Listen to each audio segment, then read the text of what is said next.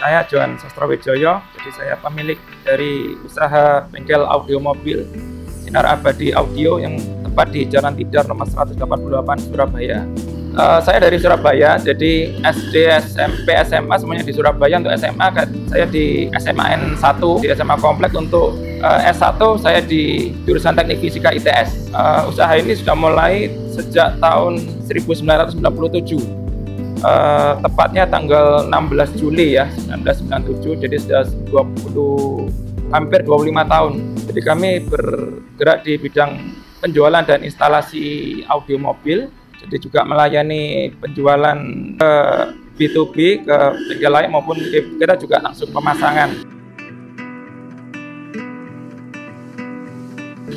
Oke, jadi untuk usaha audio mobil ini kan sejak orang tua itu sebetulnya juga ada jual untuk produk-produk audio, cuman nggak sekomplit sekarang. Jadi saya kok ada interest di masalah audio itu karena cukup ada tantangan cukup bagus dan saya lihat potensinya cukup bagus juga.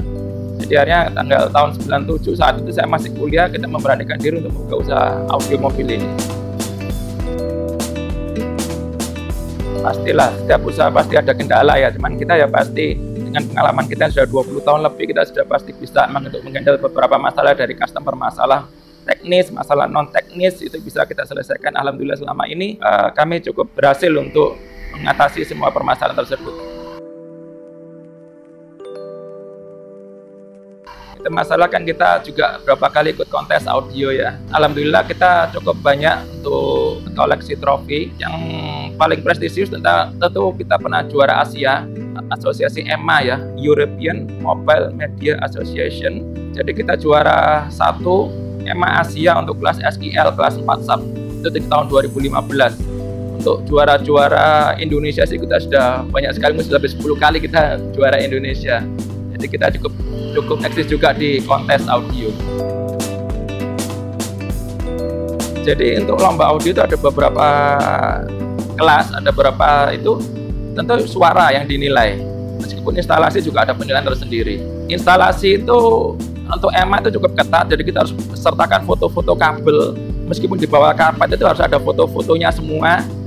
Itu EMA. Kalau yang untuk asosiasi lain sih tidak seketat EMA.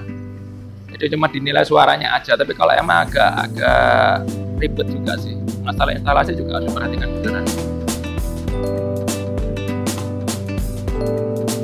Untuk suara itu ada istilahnya sound quality ya.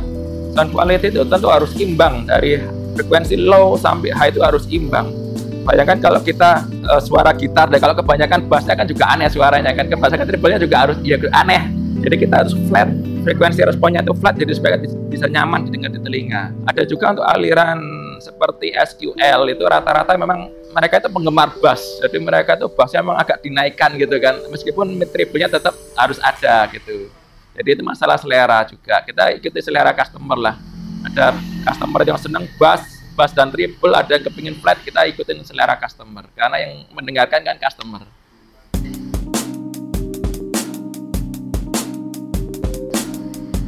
Jadi kadang-kadang ada ya, kadang-kadang kita salah untuk mengetahui apa yang mau di customer. Kadang-kadang customer itu maunya saya mau bagus, tapi bagus menurut dia itu agak berbeda dengan bagus versi kita. Jadi kadang-kadang pernah kita mengalami seperti itu, akhirnya ya kita ikuti, akhirnya ya kita rubah sistemnya.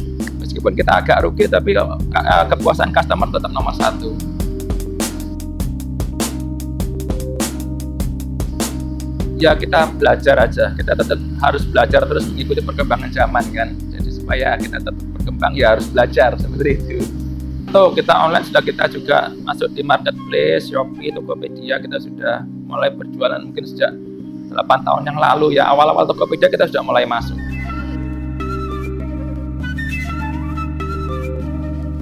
Memang kalau selama pengalaman saya ya, untuk penjualan online sih rata-rata mayoritasnya itu produk-produk yang tidak terlalu mahal. Untuk produk mahal mungkin mereka masih ragu-ragu ya. Jadi untuk offline memang rata-rata berani yang beli produk-produk mahal via offline karena dia bisa langsung lihat barangnya, tahu tokonya gitu kan. Jadi misalnya kalau ada sampai komplain gitu, pasti ada tempat untuk dia komplain tempatnya gitu. Jadi supaya ada solusinya seperti itu.